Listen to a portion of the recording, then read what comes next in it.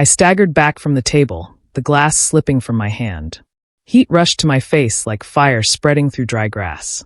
My vision blurred, turning the restaurant lights into spinning halos.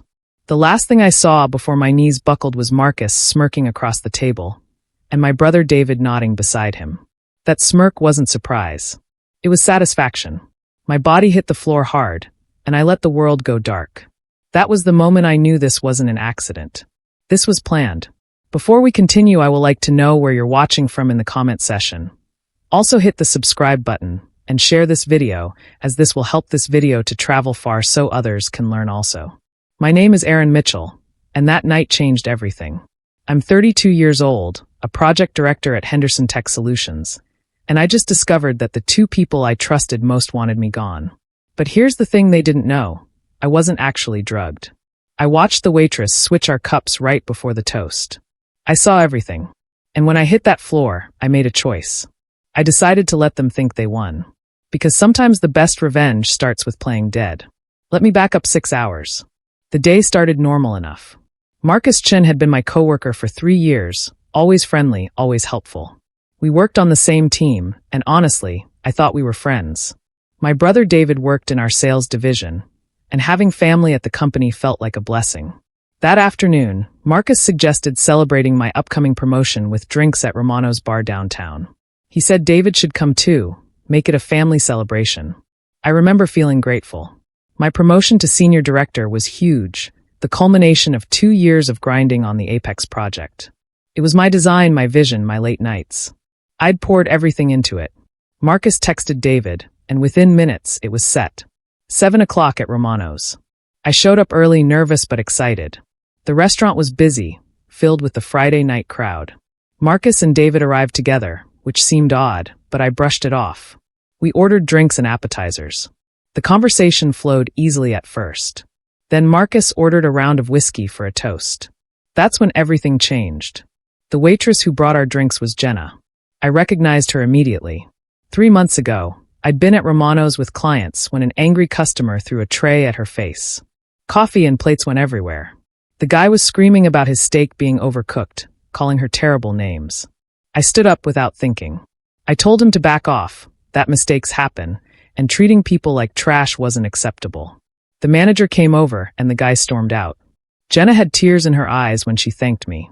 She said nobody had ever stood up for her like that. I just told her everyone deserves respect. That memory flashed through my mind when she approached our table that night. She looked nervous, her hands trembling slightly as she set down 3 glasses of whiskey. Her eyes met mine for just a second, and something passed between us. A warning. She placed 1 glass in front of me, then hesitated. Marcus was talking loudly, distracted. In one smooth motion, Jenna switched my glass with Marcus's. It happened so fast I almost missed it. Then she walked away quickly, glancing back once. Marcus raised his glass high, grinning. To Aaron and his big promotion. May you remember this night forever. The words felt loaded now, heavy with meaning I was just beginning to understand. David raised his glass too, but his smile didn't reach his eyes. Something was wrong. I felt it in my gut, that primal warning system we all have. Then I saw it. As Marcus lifted his glass, there was a faint white residue on the rim. Powder. My heart stopped. I looked at Jenna across the room. She was watching us, her face pale. She nodded once, barely perceptible. That's when I knew. Marcus had drugged my drink. And Jenna had saved me. My mind raced through options in seconds. I could confront them right here, cause a scene, call the police. But something stopped me. If I revealed what I knew now, I'd never understand why. I'd never know how deep this betrayal went. So I made a choice. I raised the switched glass, clinked it against theirs, and drank. The whiskey burned going down, normal whiskey, not drugged. I watched Marcus watch me. And I decided to give them what they wanted. I waited 30 seconds after finishing the drink. Then I let my eyes go unfocused. I gripped the table edge, swaying slightly. Guys, I don't feel right. I slurred my words, making them thick and clumsy. Marcus leaned forward, concern painted on his face like a bad actor. Aaron? You okay, man? I shook my head, standing up too fast. The room spun, not from drugs, but from adrenaline and anger. I stumbled backward, knocking my chair over. People were starting to stare. Good. Witnesses. Something's wrong, I mumbled, loud enough for nearby tables to hear. Then I let my knees buckle. I collapsed hard, the drugged glass slipping from my hand and shattering on the floor. The liquid spread across the tile, and I made sure to fall away from it. If there was going to be evidence, I wanted it preserved. I lay there, eyes closed, breathing shallow. Through my barely open eyelids, I watched Marcus and David's reaction. And that's when I saw the truth I'd been dreading. Marcus looked relieved. Not shocked, not worried, relieved. And David? My own brother didn't even kneel down to check on me. He went for my briefcase instead. I heard Marcus talking to the manager, his voice smooth and practiced. He must have had too much to drink before he got here. We'll take care of him. Lie.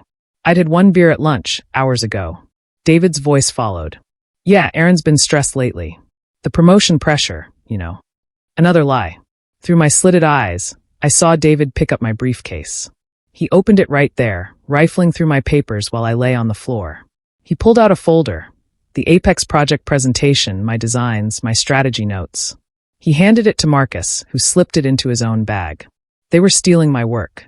Right in front of everyone, while I played unconscious on the restaurant floor. Paramedics arrived. I kept my act going, letting them check my vitals while mumbling incoherently.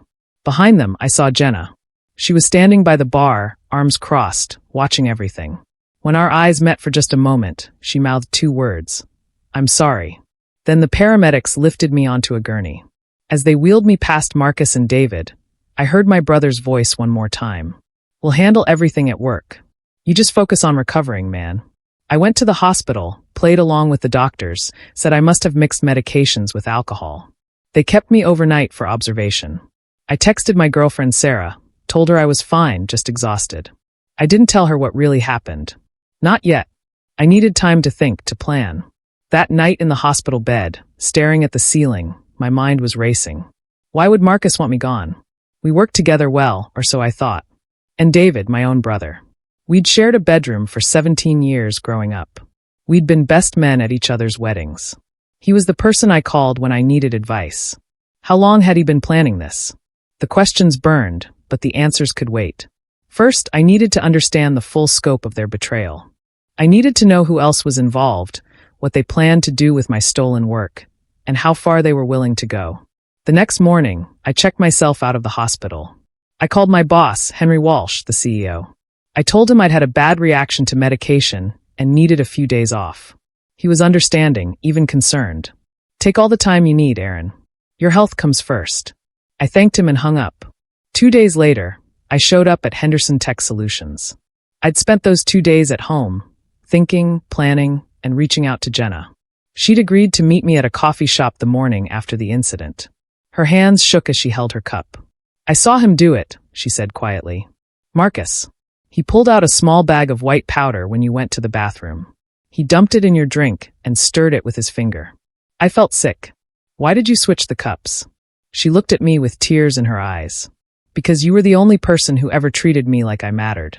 When that man threw the tray at me, everyone just watched. You stood up.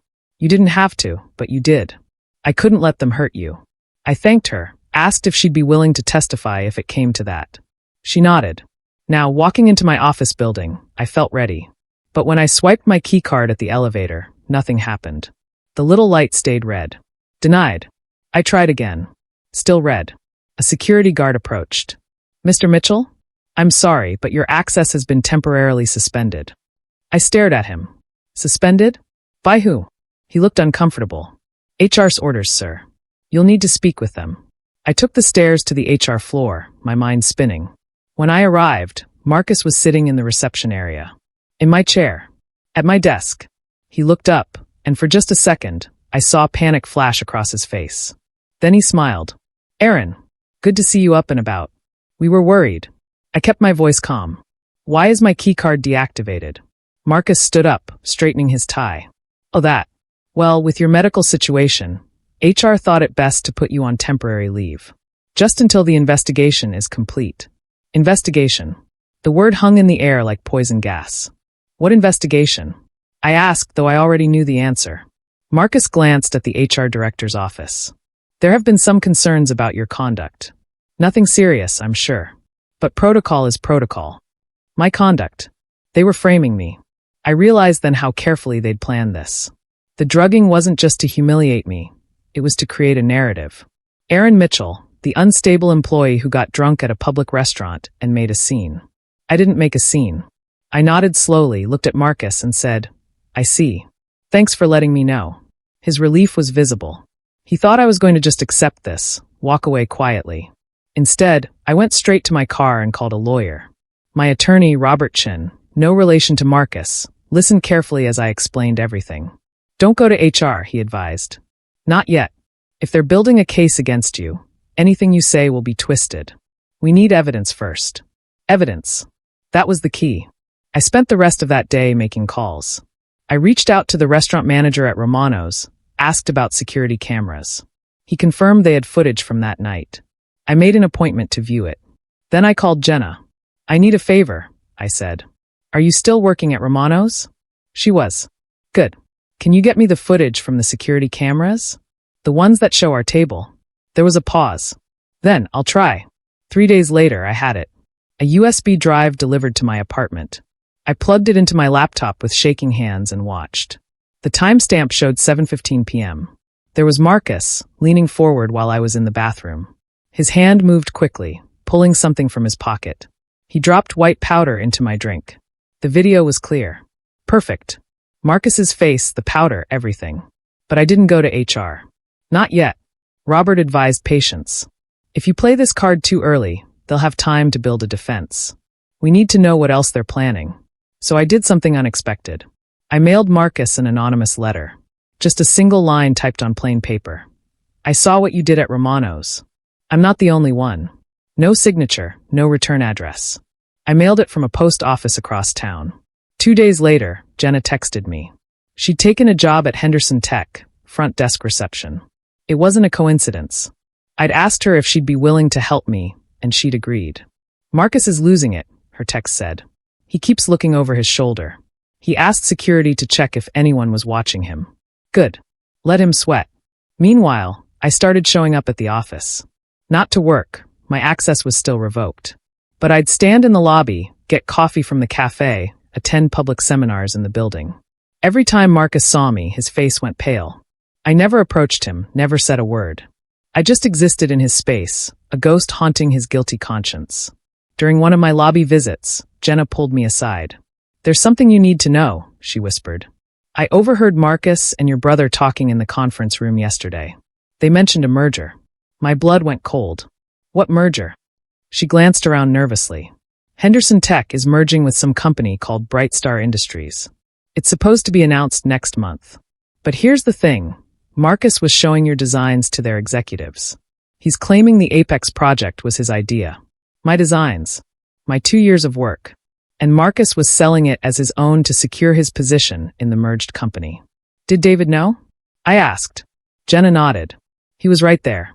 He told Marcus that with you gone, nobody could dispute the ownership. They talked about how the promotion would go to Marcus instead, how he'd become senior director of the merged company's tech division. So that was the plan. Drug me, discredit me, steal my work, and use it to climb the corporate ladder. And my brother, my own blood, was helping him do it. I thanked Jenna and left the building. In my car, I sat in silence for 10 minutes, processing everything. Then I made a decision. I had saved the CEO's assistant, Michelle Rodriguez, during a crisis project 2 years ago. The company's main server had crashed during a critical client presentation, and Michelle had been blamed for not backing up the files properly. But I'd noticed something odd in the system logs. I spent an entire night digging through code and found the real problem. A virus introduced through a phishing email. Michelle hadn't been negligent, she'd been sabotaged. I'd presented my findings to Henry Walsh, clearing Michelle's name and saving her job. She'd never forgotten it. Now, I sent her a carefully worded email. Michelle, I have information about the Brightstar merger that Henry needs to see before it's finalized. It concerns intellectual property theft. Can we meet? She replied within an hour. Tomorrow, 7 a.m. Conference room B. I arrived early with my laptop. Michelle was already there, professional and cautious. This better be legitimate, Aaron. Henry's trusting my judgment here. I opened my laptop and played the security footage. Her eyes widened as she watched Marcus drop the powder into my drink. Then I showed her the timestamps on my Apex project files. all created over the past 2 years, all under my name in the company system. Finally, I pulled up an internal email Marcus had sent to Brightstar executives last week, attaching my designs and claiming authorship. Michelle was silent for a long moment. Then she picked up her phone. "I'm calling Henry. Now." The emergency board meeting was scheduled for that afternoon. Marcus wasn't invited. Neither was David. At 2 p.m., I walked into the conference room with Michelle and Robert, my lawyer. Henry Walsh sat at the head of the table, flanked by 4 board members. Marcus was already there, mid-presentation about the merger synergies, when we entered. His voice cracked mid-sentence. The color drained from his face. Henry interrupted him calmly. "Marcus, we have some questions about the Apex project. Specifically about its origin." Marcus fumbled with his papers. "Of course. As I've documented, the project began last year when I identified a gap in I stepped forward. Would you like to see the security footage from Romano's, Marcus? Or should we start with the email where you pitched my designs to Brightstar as your own?" The room went silent. You could hear the air conditioning humming. Marcus looked at me, then at Henry, then back at me. His mouth opened, but no words came out. Henry's voice was ice. "Mr. Chin, I think you'd better sit down." What followed was brutal. Marcus tried to lie, to deflect, to claim misunderstandings. But every excuse crumbled against the evidence. The board meeting lasted 3 hours. By the end, Marcus had been terminated, effective immediately. Security escorted him from the building while he stammered protests. But I wasn't done. Henry called me into his office after Marcus left. "Aaron, on behalf of the company, I apologize. This should never have happened." I nodded. "Thank you, Henry." He leaned forward, hands folded on his desk. "The senior director position is still yours if you want it. You've more than earned it." I looked out his window at the city skyline. The promotion I'd worked so hard for was finally mine. But something had shifted inside me. I'd spent 2 years grinding for this company, bleeding for it, and they'd let Marcus and David nearly destroy me. "Can I have a week to think about it?" I asked. Henry looked surprised but nodded. "Of course. Take all the time you need." I left his office and went straight to my parents' house. Sunday dinner was tomorrow, and I knew my brother would be there. It was time for that conversation. When I arrived, my mother hugged me tight. "Aaron, we've been so worried. David told us about your episode at the restaurant." My jaw clenched. "What exactly did David tell you?" My mother led me to the kitchen, concern etched on her face. "He said you've been drinking heavily, that the promotion stress got to you. He's worried, honey. We all are." My father appeared in the doorway. He looked at me with disappointment, the look that had haunted my childhood whenever I made mistakes. "Son, if you're struggling, we can get you help. But this behavior is unacceptable." Behavior. Unacceptable. My own father believed I was the problem. I felt anger rising like a tide, but I forced it down. "Dad, did David show you any proof of this drinking problem? Any evidence?" He frowned. "He's your brother. Why would he lie?" "Why indeed?" I pulled out my phone and opened the security footage. Because he helped Marcus drug me so they could steal my work and frame me. I played the video right there in the kitchen. My mother gasped when Marcus dropped the powder. My father went very still. When the video ended, the silence was deafening. "That's your son," I said quietly, pointing at David on the screen. "My brother." Watching it happen, my father's face had gone pale. "Where is David now?" My mother asked, her voice shaking. "He's supposed to come for dinner tomorrow," I said. "I think we should wait for him." Sunday dinner was tense. My father had said nothing more about the video, but I could see him processing it, the gears turning behind his eyes. When David walked in at 6 p.m., cheerful and oblivious, the temperature in the room dropped 10 degrees. "Hey family," he called out. "Something smells amazing, Mom." He saw me sitting at the table and stopped. For just a moment, fear flickered across his face. Then he covered it with a smile. "Aaron, good to see you up and around. Feeling better?" I didn't smile back. "Sit down, David." He glanced at our parents, clearly sensing something was wrong. "What's going on?" My father's voice cut through the room like a blade. "Sit down." David sat. The next hour was excruciating. We watched the security footage together as a family. I explained everything: the drugging, the stolen designs, the frame job, the merger plan. David tried to deny it at first, stammering excuses. Then he tried to minimize it. "It wasn't supposed to hurt you, just what?" I interrupted. "Just destroy my career?" Just steal 2 years of my work. He had no answer. My father stood up from the table, his chair scraping loud against the floor. You're my son, he said to David, his voice cracking. But what you did is unforgivable. My father owned a mid-sized manufacturing business, Mitchell Industrial Solutions. David and I had both grown up knowing we'd inherit it someday, split 50-50. It was our legacy, our future. But that night, my father made a decision. I'm rewriting the family trust, he announced. David, you're removed from the business inheritance. Everything goes to Aaron, with one clause. He can do whatever he wants with it. David's face went white. Dad, please. Get out of my house, my father said quietly. I'd never heard him use that tone before. Cold. Final. David looked at me, then at our mother, who was crying silently. He stood up slowly and left without another word. After he was gone, my father sat down heavily. He suddenly looked very old. I'm sorry, Aaron, he said. I should have listened to you first. I should have trusted you. I nodded, not trusting myself to speak. The next week, I made my decision about the promotion. I called Henry Walsh and turned it down. I appreciate the offer, I told him. But I need a change. I'm going in a different direction. Henry was disappointed but understanding. If you ever want to come back, the door's open. I thanked him and hung up. Then I called my financial advisor. I want to buy Mitchell Industrial Solutions from my father. Full value, market rate. My father didn't want to sell at first. Aaron, this is your inheritance. You don't need to buy it. But I insisted. I want to earn it, Dad. On my terms. We settled on a fair price. I'd been saving and investing for years, and with a loan, I could make it work. The sale went through in 6 weeks. I became the owner of Mitchell Industrial Solutions at 32 years old. And then I made another decision. I scheduled a family meeting for Christmas. My mother insisted David be invited. He's still your brother, she said gently. I agreed, though I wasn't sure why. Christmas Eve arrived cold and clear. My parents, my girlfriend Sarah, David, and me all gathered around the dining table. The tension was thick enough to cut. We made small talk about weather and food. Then, over dessert, I made my announcement. I have some news about the business, I said casually. David looked up, probably expecting me to announce some expansion or success. Instead, I said, I sold Mitchell Industrial Solutions last week. The buyer is a private equity firm out of Boston. They paid well above market value. The room went silent. My father's eyes widened. David's fork clattered onto his plate. You sold Dad's company? David whispered. I nodded. I sold my company. The one I bought from Dad. And yes, I walked away with enough to retire comfortably if I wanted to. David's face went through several expressions: shock, anger, disbelief. But that was supposed to be our legacy. Our future. I looked at him calmly. You gave up your claim to that future when you helped drug me and steal my work, David. Did you really think there were no consequences? My mother started to cry quietly. My father put his hand on her shoulder, but he was looking at me with something like pride. What are you going to do now? He asked. I smiled.